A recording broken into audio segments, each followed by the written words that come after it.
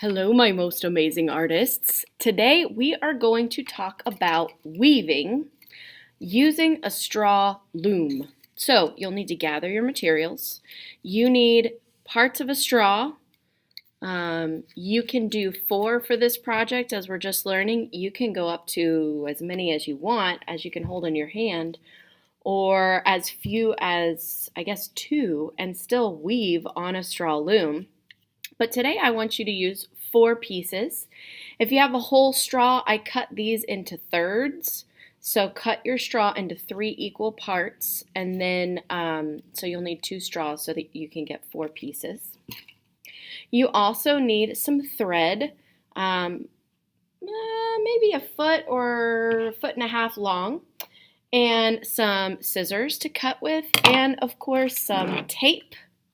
So in order to thread your loom, you are going to take a thread, grab one of your strings, and then thread it through, down all the way through the straw. If you cannot, like if it's bunching up and it won't come out the other side, you can actually just suck it through. Make sure you don't choke on it. And get a little tail of the thread coming out of the top. You see that there? Now, fold that tail down so the rest of it's hanging out the bottom.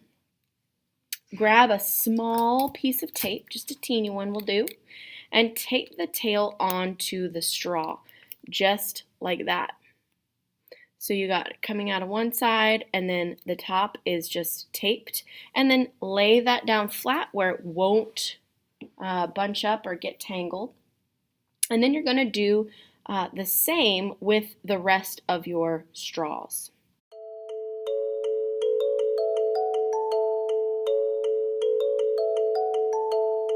If you have a stretchy bit of straw, go ahead and stretch it all the way out so that it's longer.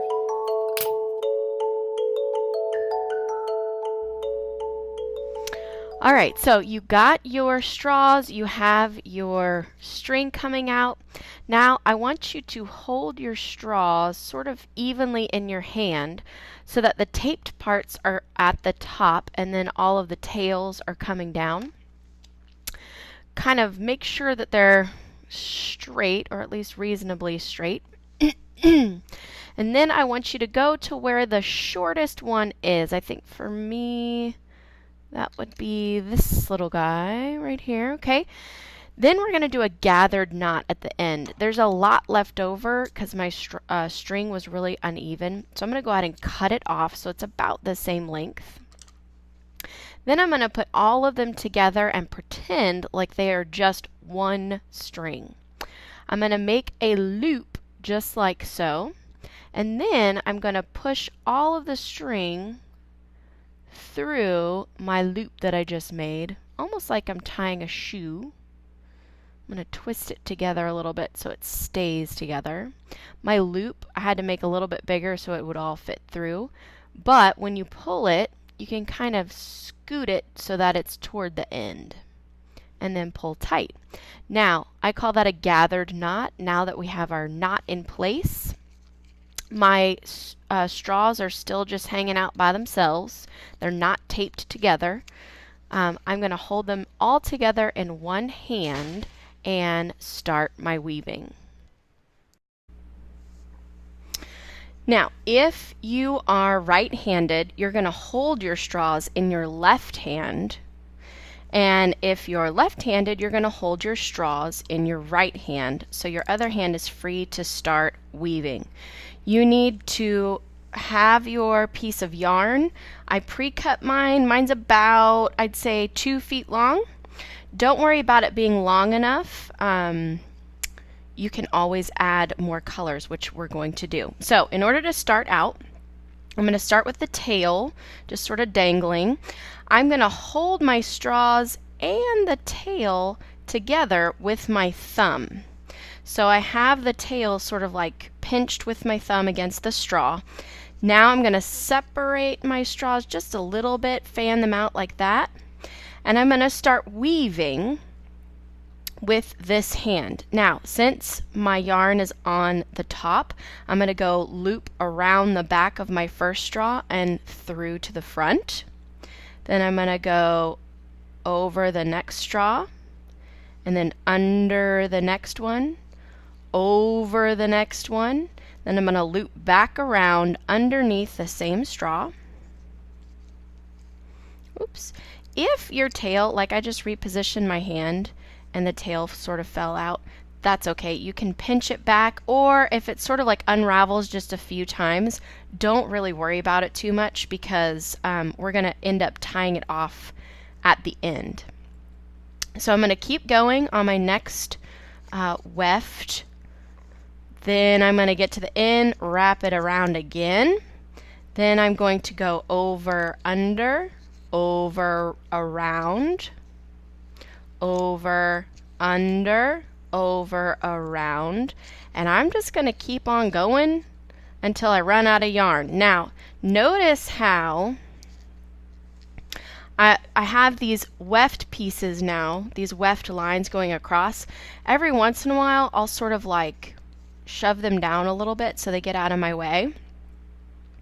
And then once you've filled up this part of the straw, I'll show you what to do with them next. But I'm going to go ahead and fill this up.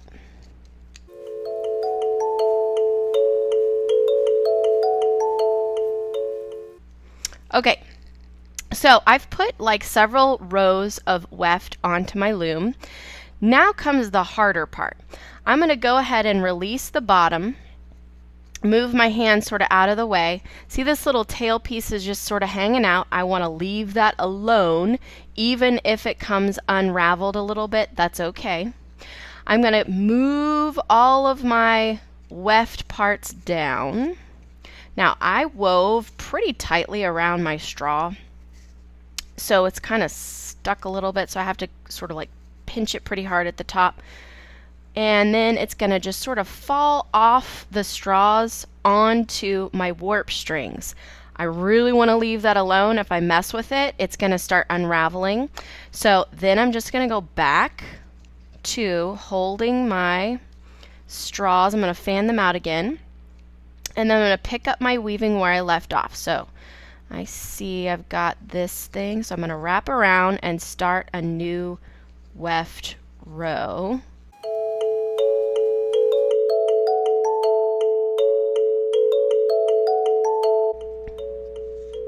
Another thing that's really helping me as I go along is see how spread out these are? I'm actually using this string as I weave to kind of like push them all down just a little bit. And then I keep going, and then I might push down these a little bit with my actual string. If that's hard for you and it's kind of messing up your strings, just use your fingers. Sort of stop what you're doing, push them down a little bit, and then keep going.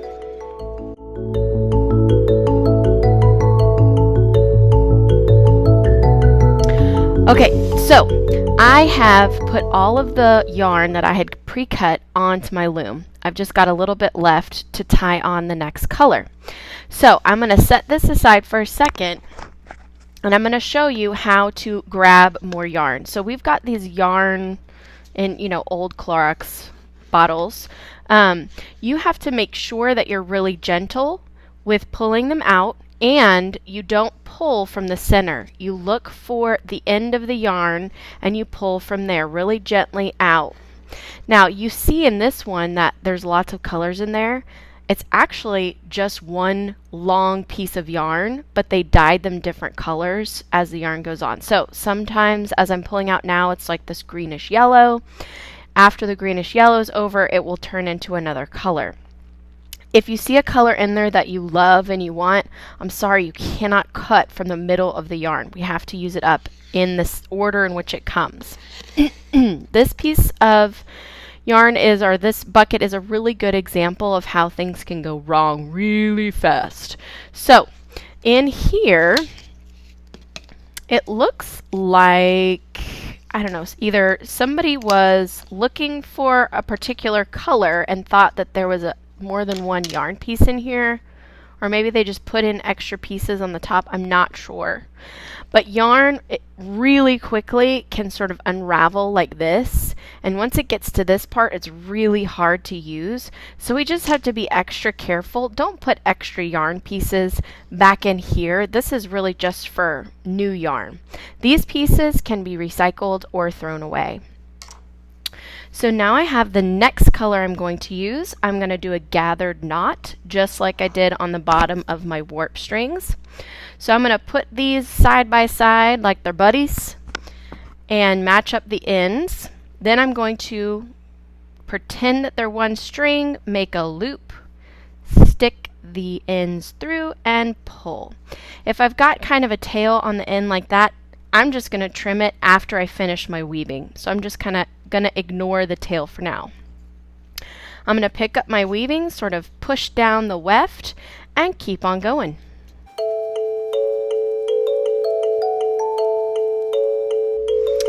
Alright, so I'm going to stop right there, although you are welcome to add more than just 2 colors. You'll want to make yours fairly long. Just keep in mind that your weaving can only be as long as your warp strings. So, my weaving, there's a lot more room for mine to be a lot longer, but I'm going to stop here. I'm going to push off the rest of my weft onto my warp strings. And I'm going to sort of pull my warp strings down. I don't need to go all the way to the bottom, especially if my warp strings are really long. I probably don't want to do that. I'll just push it down so I've got like a couple inches in between my strings and my weft. That's so I have enough room to tie it off. Now, I need to tie off the beginning and the end of my weaving. So I'm actually going to pull this first piece off a little bit so I have a little bit of a tail. Then I'm going to take the end weft or warp string and I'm going to just simply tie it around, pull it through, and then stick it up through the thing. So I make a little knot and just gently tie a knot. So it's literally tied directly onto my warp string. Now I'm going to do the same thing for my top string. Although, you know, before I do that, I'm actually going to tie off the bottom part. So here's how you do that. You get your scissors. You cut off the gathered knot that you put on at the beginning. You just throw that part away. You take your strings, make sure they're not tangled up, straighten them out, and then I'm going to take these two and simply tie them together. Just like you would your shoelaces on your shoes. Just be gentle. Don't pull really tightly, otherwise you'll mess up your weaving. It'll sort of bunch up. Then I'm going to do that twice so that my knot stays. I'm going to do that for this side as well.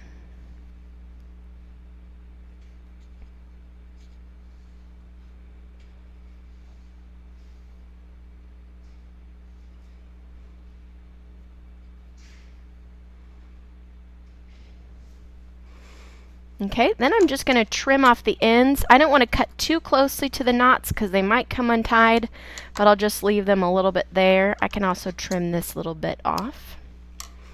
Okay, now I can do this one. So I'm going to scrunch this down enough so that it's pretty tightly together. I don't want it to be super spread out and loose because that looks a little sloppy.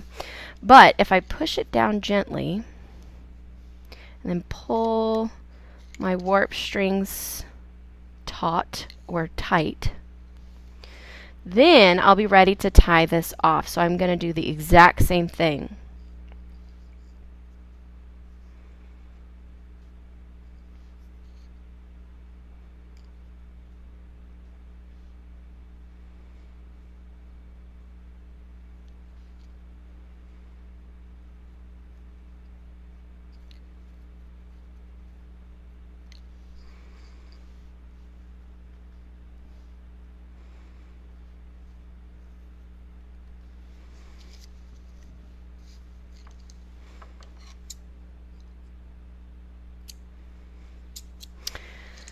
Then I'm going to cut off my warp strings. If you don't have enough room underneath your warp strings, you could potentially cut off the tape and just, bring that string down if you needed more room to tie your knots.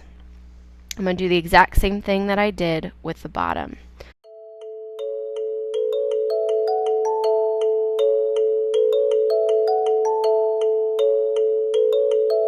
And there we have it. Now, yours is going to be a lot longer than mine. And the next thing you might want to do is add some pom-poms. I will show you how to make some really cute pom-poms to add to your weaving in the next video.